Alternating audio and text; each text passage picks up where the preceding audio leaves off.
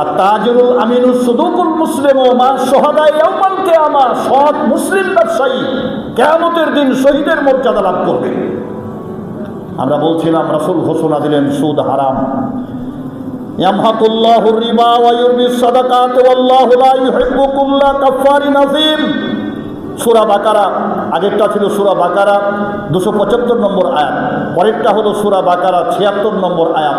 আল্লাহ বলছেন ইয়ামহাকুল্লাহুর রিবা, আল্লাহ সুদকে ধ্বংস করেছেন, ওয়া ইউরবিস সাদাকাত, আর দান সাদাকা, মানুষ যে সাদাকা করে, মানুষ দান করে, ইউরবিস সাদাকা, এর মধ্যে আল্লাহ বরকত দিয়েছেন। সুদ খাওয়া না, সুদ হারাম। অপরদিকে সাদাকা করো, মানুষকে কিছু দাও, সাহায্য করো। ওয়ায়ুরবিস সাদাকাত আল্লাহু লা ইউহিব্বু কুল্লা কাফফারিন আযীম।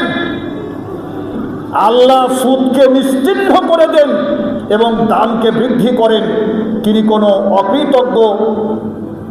অকৃতজ্ঞ মানুষকে ভালোবাসেন না। অকৃতজ্ঞ পাপীদেরকে আল্লাহ ভালোবাসেন না। সূরা বাকারা 1 নম্বর 76। রাসূল সাল্লাল্লাহু আলাইহি ওয়াসাল্লাম বলেছেন 4 শ্রেণীর মানুষ, যে সুদ খায়, সুদখোর, সুদ প্রদানকারী, সুদ কারবারের সাক্ষী, সুদের চুক্তি লেখক, এবং আরও বলেছেন এরা সকলেই সমান পাপী। হাদিস বুখারী মুসলিম। বিদায় হজের ভাষণে রাসূল এগুলো বলছেন। সুদের কথা বলতে গিয়ে আবু হুরায়রা রাদিয়াল্লাহু তাআলা আনহু থেকে বর্ণিত, তিনি বলেন রাসূল সাল্লাল্লাহু আলাইহি ওয়াসাল্লাম বলেছেন আর রিবা সাবউনা জুলআ আইসারুহা আইয়ানকিহার রাজুলু উম্মাহু। ইবনে মাজাহ এই হাদিসটি আসছে। রাসূল বলছেন সুদের 70টি পাপের স্তর আছে, এর মধ্যে সবচেয়ে ছোট হলো নিজের মার সাথে পাপকর্ম করা, নেকাহ করা, বিবাহ করা বা জেনা করা। নাউজুবিল্লাহ, আস্তাগফিরুল্লাহ, লা হাওলা ওয়ালা কুওয়াতা ইল্লা বিল্লাহ। বিদায় হজের ভাষণে এজন্য রাসূল বললেন সুদ হারাম। সম্মানিত উপস্থিতি, এগুলো থেকে আমরা মুক্ত থাকার চেষ্টা করব ইনশাআল্লাহ। 4 নম্বরে আল্লাহ রাসূল বললেন নারীর অধিকার। বিদায় হজের ভাষণ 4 নম্বরে নারীর অধিকার। ইসলামে নারী, অন্য ধর্মে নারীর কোনো অধিকার ছিল না। অন্য ধর্মে নারীর কোনো অধিকার, প্রথম যে অধিকার ইসলাম দিয়েছে রাসূল, ইসলাম দিল বেঁচে থাকার অধিকার। কারণ কোরআন বলছে জাল্লা ওয়াজহুহু মাসওয়াদান ওয়া হুয়া কাযীম। কোন পুরুষ যদি শুনতো যে তার কন্যা সন্তান হয়েছে, আল্লাহ কোরআনে আয়াত নাযিল করেছেন যে মানুষেরা, ওই মানুষের চেহারা কালো হয়ে যেত। ধরেন লোকটা ব্যবসা করছে বা চাকরিতে কোথাও আছে, দোকানে আছে, ভাই শুনেছো কি, বলে তোমার মেয়ে হয়েছে, চেহারাটা কালো হয়ে যেত। কোরআনে আল্লাহ বলছেন জাল্লা ওয়াজহুহু মাসওয়াদান ওয়া হুয়া কাযীম, চেহারা কালো হয়ে যেত, কন্যা হয়েছে তাই। এবং জীবন্ত কন্যা সন্তানকে পুঁতে রাখত, মেরে ফেলত। এ ছিল জাহিলি যুগে।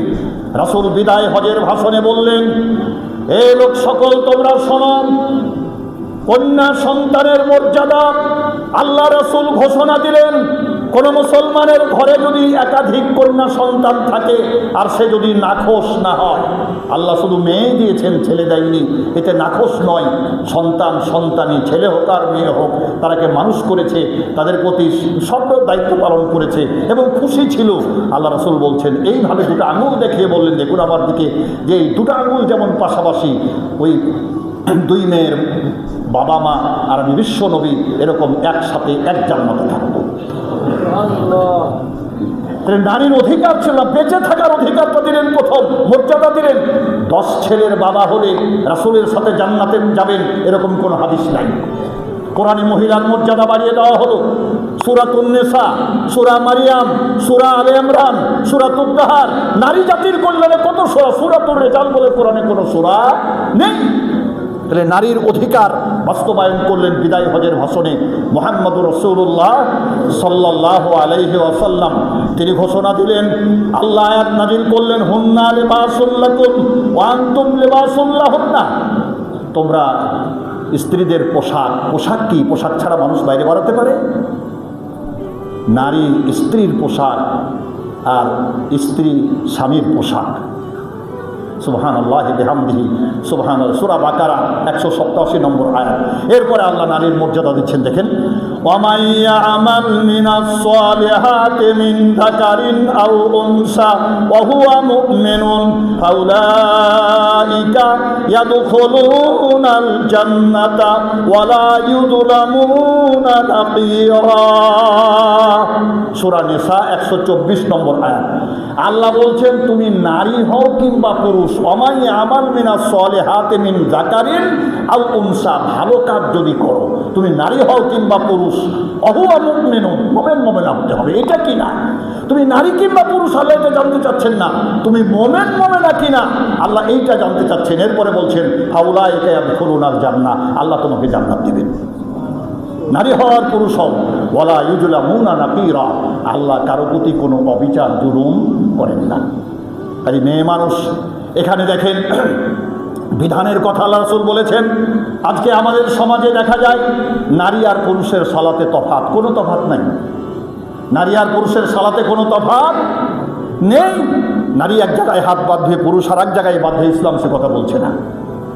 ইসলামের বিধান হলো নারী এবং পুরুষের মধ্যে শরীয়তের বিষয়ে, ইবাদতের ক্ষেত্রে, বিধানের ক্ষেত্রে বিশেষ কোনো তফাৎ নেই। সালাত 5 ওয়াক্ত পুরুষের ওপরে ফরজ, নারীর ওপরে ফরজ। প্রতি মাসে যে অসুস্থতা আসে এটার জন্য মহিলাদের সালাত মাপ, কিন্তু রোজা কাজা করা লাগবে। হজ টাকা থাকলে পুরুষের উপরে ফরজ, মহিলার উপরে ফরজ। পুরুষ একাই যেতে পারবে, নারীকে তার মাহরাম নিয়ে যেতে হবে, তার বাবা, তার ছেলে, তার ভাই, তার স্বামী, এরকম মাহরাম সাথে নিয়ে যেতে হবে। এই সামান্য তফাৎ, কিন্তু মৌলিক বিষয়ে মহিলা এভাবে, নারী এভাবে সেজদা দিবে, পুরুষ এভাবে সেজদা দিবে, এ কোনো তফাৎ নেই, এক বিধান এক। সম্মানিত মুসল্লিগণ, এরপরে দেখুন মুহাম্মদ রাসূলুল্লাহ সাল্লাল্লাহু আলাইহি ওয়াসাল্লাম স্ত্রী সম্পর্কে বলতে গিয়ে তিনি বলছেন তোমাদের চরিত্রের সার্টিফিকেট দেবেন তোমার স্ত্রী। কত মর্যাদা! আমাদের সমাজে সাধারণত মেম্বার, চেয়ারম্যান, কাউন্সিলর, তাদের কাছ থেকে চারিত্রিক সনদ নিতে হয়। ইসলাম বলছে সনদ দিলে তোমার স্ত্রী তুমি কেমন মানুষ। পরিবার যদি বলে তুমি ভালো, আলহামদুলিল্লাহ, কেননা রাসূল বলছেন, আমি আরবিগুলো বলে যদি বলতে পারতাম, সময় শেষ হয়ে গেছে, সুতরাং ওটা বললে আরও সুবিধা হতো, কিন্তু আরবি বলতে শুধু বাংলা বলেই তো কুলানো যাচ্ছে না। কেননা আল্লাহ রাসূল দাঁড়িয়ে বললেন, শোনন, তোমার স্ত্রী তোমাদের প্রতি যে দায়িত্ব, আল্লাহ তুমি যেমন খাবে তোমার স্ত্রীকে তেমন খেতে দিবে, তুমি যেমন পড়বে তোমার স্ত্রীকে তেমন পড়তে দিবে। সম্পর্কটা কেমন হবে? কোরআনের শাসন। আল্লাহ বলছেন, ওয়ামিন আয়াতিহি আন খালাকা লাকুম মিন আনফুসিকুম আজওয়াজান লিতাসকুনু ইলাইহা ওয়া জাআলা বাইনাকুম মাওয়াদ্দাতাও ওয়া রাহমাহ। আল্লাহু আকবার, মাওয়াদ্দাতাও ওয়া রাহমাহ। স্বামী আর স্ত্রীর সম্পর্কটা দুধ আর স্বরের মতো। পাতিলে দুধ জাল দিলে দুধের সাথে যেমন স্বরটা গায়ে গায়ে লেগে থাকে, 100তেও ভাগ থাকে না, স্বামী আর স্ত্রীর সম্পর্ক হবে ঠিক তেমন। আল্লাহ কোরআনে কথা বললেন। সম্মানিত উপস্থিতি, স্ত্রীকে মর্যাদা দেবেন, স্ত্রীর সাথে ভালো ব্যবহার করবেন, স্ত্রী আপনার চরিত্রের সার্টিফিকেট দিবে।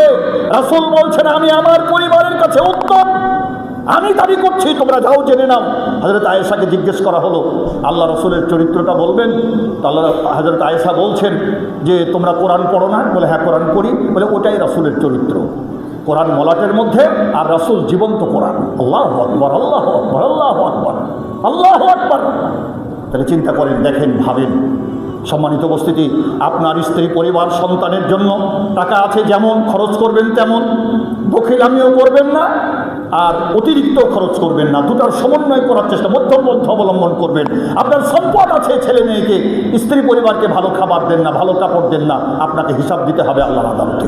অপরদিকে অপচয় করছেন, ইন্নাল মুবাযযিরিনা কানু ইখওয়ানাশ শায়াতিন, সেটারও হিসাব দিতে হবে। আল্লাহ রাসূল বলছেন, তুমি তোমার স্ত্রী পরিবারের জন্য যখন বাজার করে নিয়ে আসো, কিছু কিনে দাও, কানাত লাহু সাদাকা, সাদকা করলে যে নেকি হয়, তোমার পরিবারের জন্য খরচ করলে আল্লাহ সমান নেকি দেন। সম্মানিত মুসল্লিগণ, আলোচনার শেষ পর্যায়ে চলে আসছি। বিনয়ের সাথে অনুরোধ করব, এবার 5 নাম্বার পয়েন্ট, সাম্য ও ভ্রাতৃত্ব। আমাদের পয়েন্ট আজকে আলোচনা করছিলাম নবীজির বিদায় হজের ভাষণের 5টা পয়েন্ট। তার 1 নাম্বার ছিল রক্ত ও সম্পদের পবিত্রতা, 2 নাম্বার ছিল জাহিলি যুগের সকল প্রথা বাতিল, রাসূল যেভাবে বলেছেন, 3 নাম্বার হলো সুদ প্রথা নিষিদ্ধ, 4 নাম্বার হলো নারীর অধিকার। রাসূল এইভাবে একেবারে আরবিতে খুতবা এভাবে লেখাই আছে, আপনি সার্চ দেন, কি বলে গুগলে, এতে সার্চ দেন, চলে আসবে, আরবিতে আসবে, বাংলায় আসবে, যেভাবে চাইবেন পেয়ে যাবেন, আর কেতাবে তো আছেই।